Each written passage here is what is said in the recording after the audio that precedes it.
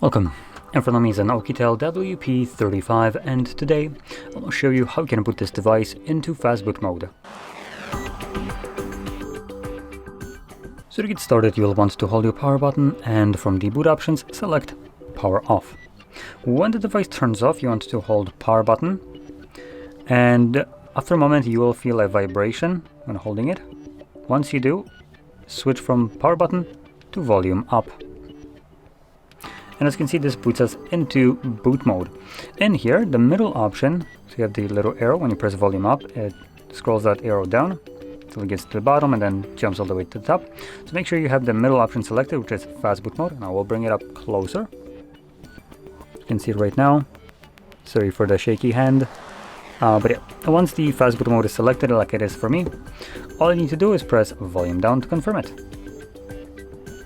Now the device will look like it's not doing anything for a brief moment, and then should have something happen. Nope, I guess that is already Fastboot mode.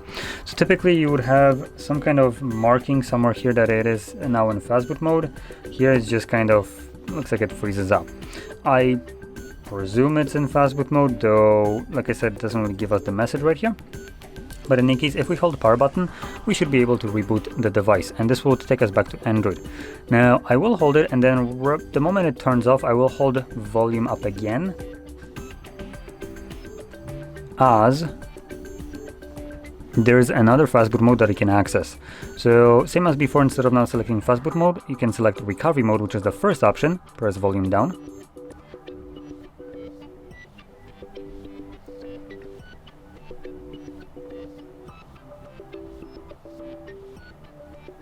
And here we have another Fastboot mode. So you can now you can use both volume buttons in this mode. So volume down will navigate down, and once you select Enter Fastboot, you can confirm it using a power button. And as you can see, this takes us to the dedicated Fastboot mode. And then here we have a couple options, and just like before, we navigate using volume buttons. So we have Reboot System Now, which takes us back to Android. Enter Recovery Mode, which takes us back to the previous page. Reboot to bootloader, which will take us to the page we entered after turning off the device, and we have also power off.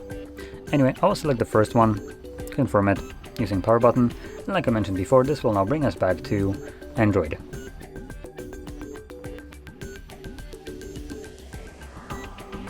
And there we go. So, if you found this very helpful, don't forget to hit like, subscribe, and thanks for watching.